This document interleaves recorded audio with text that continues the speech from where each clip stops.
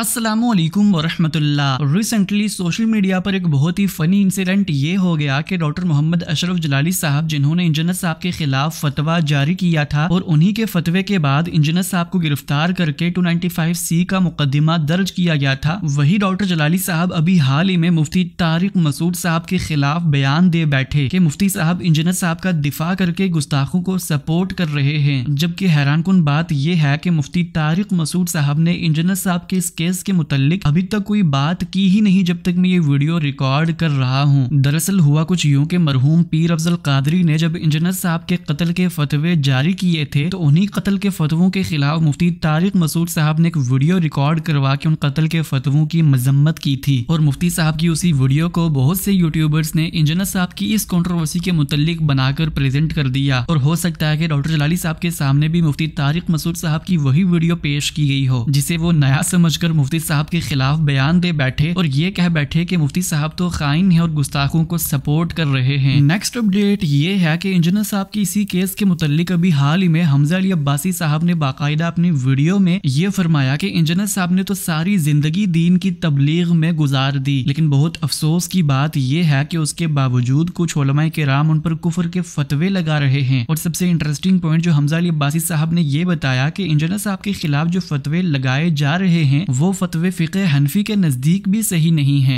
कि हमारे यहाँ पॉपुलर बिलीफ क्या है कि जिसको 295C के तहत पकड़ लिया अब वो कोई तावील करे, वो कहे मेरा ये मतलब नहीं था, वो मतलब नहीं था, उसकी बात को नहीं माना जाएगा। इस वजह से सैकड़ों लोग पाकिस्तान में जेलों में 10-10 साल से सड़ रहे हैं। आप फिक़े हनफी के कॉन्सेप्ट को जरा पढ़ लें और देखें कि क्या ये सही रवैया है कि अगर कोई तौहीन करता है लेकिन वो कहता है, अगर तो बज़ाहिर लगती है लेकिन वो कहता है मेरा ये मतलब था, तो उसकी बात कबूल ना करना कितना बड़ा जुल्म है। अब आते हैं इंजीनियर मोहम्मद अली मिर्ज़ा पे। देखें, आम लोग तो पाकिस्तान में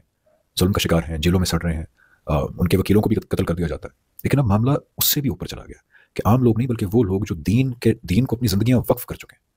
आप सल्लल्लाहु अलैहि वसल्लम जो अल्लाह के आखिरी नबी और रसूल हैं, उनके थ्रू जो अल्लाह ने दीन दिया उसकी तरवीज, उसके फ़रोग के लिए अपनी ज़िंदगियाँ डेडिकेट कर चुके हैं। उन लोगों के ऊपर भी अब 295C लगाने की अपील होती है और ये मामला बहुत अरसे पहले से चलता आ रहा है, जैसे जुनैद जमशेद साहब, तारिक मसूद साहब और इंजीनियर मोहम्मद अली मिर्ज़ा साहब। अब इसमें हुआ क्या है? हुआ ये है कि ऐसा इंसान जिसने अपनी ज़िंदगी खुदा के दीन को डेडिकेट कर दी है, उसने इजहार ख्याल के दौरान कुछ ऐसे अल्फाज इस्तेमाल कर दिए जो लोगों को ऑब्जेक्शनेबल लगे।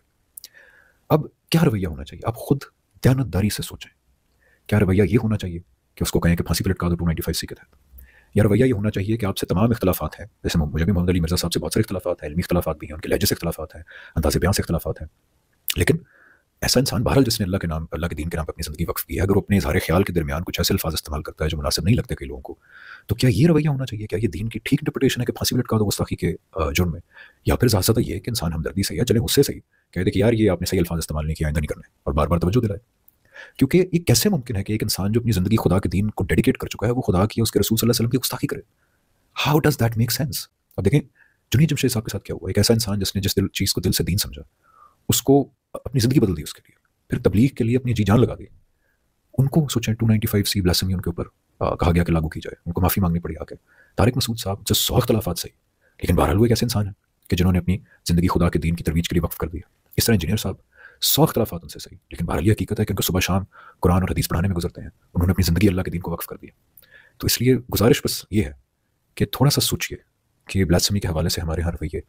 कितने गलत हैं, उन रवैयों के नतीजे में कितना फसाद और कितना जुल्म हो रहा है। नेक्स्ट अपडेट ये है कि रिसेंटली अहमद फौजान साहब ने बाकायदा नाम लेकर मुफ्ती तारिक मसूद साहब, मौलाना तारिक जमील साहब और मुफ्ती मुनीबुर रहमान साहब से ये गुजारिश की कि वो अपनी खामोशी तोड़ें और इंजीनियर साहब के केस के मुतालिक अपना मौक़िफ़ अवाम में सामने रखें, क्योंकि इस वक्त इंजीनियर साहब की जान को खतरा है और अब तमाम उलमाए किराम की ये जिम्मेदारी है कि वो आवाम को अच्छे से गाइड करें। मजीद अपनी इसी वीडियो में अहमद फौजान साहब ने उन तमाम लोगों को भी जवाब दिया जो फौजान साहब के बकौल अपनी वीडियो में भोला सा मुंह बनाकर इंजीनियर साहब को गुस्ताख साबित करने की कोशिश करते हैं और आखिर में ये कह देते हैं कि 295C पर मैं नहीं बात करूंगा क्योंकि ये उलमाए किराम का मसला है। और ये करने वालों को भी अंदाज़ा है इस चीज़ का कि वो जिस चीज़ का इल्ज़ाम लगा रहे हैं असल में वो चीज़ एग्जिस्ट नहीं करती। उनको पुराने गुस्से हैं, उनको गुस्सा किसी और बात का है कि किसी शख्स ने उनकी दुकानें बंद कर दी और वो मौके की ताक में और तलाश में थे कि कोई ऐसा मौका आए कि हम शख्स को अपने रास्ते से साफ कर दें। लेकिन सवाल ये है कि किसी भी एकेडमिक नौकरी का काम करते हुए अगर मैं ये बता रहा हूँ कि फ़लाँ शख्स की राय फ़लाँ के बारे में ये है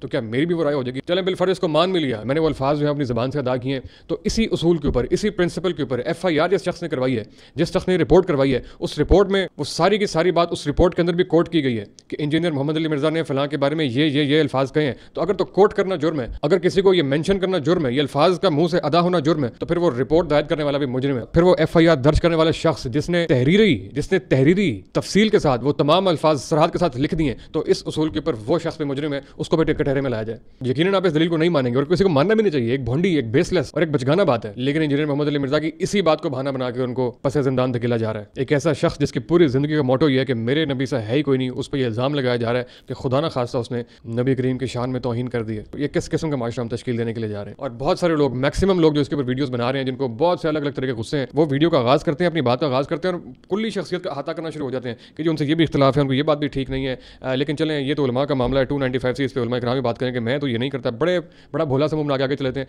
اس وقت کا جو اصل ایشو ہے وہ صرف یہ ایشو ہے۔ اپنے باقی اختلافات ذرا سائڈ پہ رکھیں، باقی اختلافات پہ ہم بہت ساری باتیں کرتے رہے ہیں، کرتے رہیں گے، علمی اختلاف کی گنجائش رہتی ہے، علمی گفتگو معاشرے میں ہونی چاہیے، لیکن اس وقت کا ایشو یہ ہے کہ اس معاملے کے اوپر آپ کی رائے کیا ہے۔ میں نام لینا چاہوں گا مفتی طارق مسعود صاحب، انتہائی عزت و احترام کے ساتھ، اور خصوصاً آپ کا نام سر اس لیے کہ آپ بالکل ابھی ملتی جلتی کیفیت سے سر آپ 2-4 ہو چکے ہیں، آپ کے لب کیوں سلے ہوئے ہیں کہ آپ سمجھتے ہیں کہ اس معاملے کے اندر انجینئر مرزا توہین رسالت کا مرتکب ہو گئے۔ ہمارا سوشل میڈیا ایک مخصوص طبقہ فکر کی جانب سے ایک بار پھر ایسے اسٹیٹس اور پوسٹ سے بھر گیا کہ گستاخ رسول کی ایک سزا سر تن سے جدا۔ یہ کس کا سر کس کے تن سے جدا کرنے کی باتیں ہو رہی ہیں؟ کیا انجینئر مرزا کے جیل میں ہونے کی وجہ یہ ہے کہ اس کا کوئی مسلک نہیں ہے، اس کا کوئی فرقہ نہیں ہے، اس کے پیچھے کھڑے ہونے والا کوئی طاقتور گروہ نہیں ہے؟ انتہائی واجب الاحترام مولانا طارق جمیل صاحب، پاکستان کی لاکھوں کروڑوں مسلمانوں کی دھڑکن، سر کوئی رہنمائی آپ کی جانب سے اس معاملے کے اوپر؟ انتہائی واجب الاحترام جناب مفتی منیب الرحمان صاحب، اللہ آپ کا اقبال بلند کرے، حضور کو رہنمائی اس معاملے کے اوپر، یا پھر ہم سمجھ لیں کہ اس موقع کے اوپر آپ تمام لوگ، آپ کے تمام مسالک، آپ کے تمام مدارس، آپ کے تمام مکاتب فکر اس موقع کا فائدہ اٹھا رہے ہیں کہ اس موقع کا فائدہ اٹھا کے یہ بندہ راستے سے ہٹا دیا جائے۔ نیکسٹ اپڈیٹ یہ ہے کہ ریسنٹلی انجینئر صاحب کے اسٹوڈنٹس کی طرف سے یہ ویڈیو کافی زیادہ شیئر کی جا رہی ہے، جہاں پر آپ یہ دیکھ سکتے ہیں کہ مشہور مسیحی اسکالر سیم شمون باقاعدہ اپنی ویڈیو میں وہی بات رپیٹ کرتے ہیں جو انجینئر محمد علی مرزا صاحب نے اپنی اس ویڈیو میں بیان کی تھی۔ سیم شمون اپنی ویڈیو میں یہ بیان کرتے ہیں کہ وہ یعنی کہ عیسائی ہمارے پیارے نبی صلی اللہ علیہ وسلم کو اینٹی کرائسٹ یعنی کہ دجال مانتے ہیں، لیکن ساتھ میں سیم شمون باقاعدہ یہ بائفرکیشن بھی کرتے ہیں کہ وہ ہمارے نبی علیہ السلام کو نعوذ باللہ قرب قیامت والا دجال نہیں مانتے۔ So Muhammad is an antichrist. He says Allah is not the father, Isa is not Ibn Allah, chapter 9 verse 30, he's an antichrist. He's one of the antichrists that the Bible told us expect. So Muhammad comes and he confirms the Bible. So Muhammad is an antichrist. But will the final antichrist be the Mahdi? Here's the problem with that. اور same Shamoon کوئی پاکستانی ڈرے ہوئے مسیحی scholar نہیں ہیں، بلکہ باقاعدہ یہ کرسچینٹی کے ریپرزینٹیٹیو بن کر مسلمان اسکالر سے ڈیبیٹ کرتے ہیں۔ اور اسی کے ساتھ سوشل میڈیا پر عبد الوارث گل صاحب کی یہ ویڈیو بہت زیادہ وائرل ہو رہی ہے، جو باقاعدہ اپنی ویڈیو میں اس بات کو ایکنالج کرتے ہیں کہ پاکستانی مسیحی اسکالر بہت سے اپنے عقائد 295C کے ڈر کی وجہ سے بیان نہیں کرتے۔ ہمیں تو منع کیا جاتا ہے نا کہ مسلمان سے بات بھی نہیں کرتے، کیونکہ بات کے دوران اگر کوئی ایسی بات نبی علیہ السلام قرآن کے بارے میں، رسول کے بارے میں ہو گئی تو 295C اینڈ سیدھا اندر۔ بہرحال یہ تھی آج کی ساری اپڈیٹس۔ اگر آپ انجینئر صاحب کے کیس کے متعلق سب سے پہلے خبر پانا چاہتے ہیں تو ہمارے واٹس ایپ گروپ کو جوائن کر سکتے ہیں، اور ملتے ہیں اسی طرح کی نئی اپڈیٹس کے ساتھ۔ تب تک کے لیے اللہ حافظ، السلام علیکم ورحمۃ اللہ۔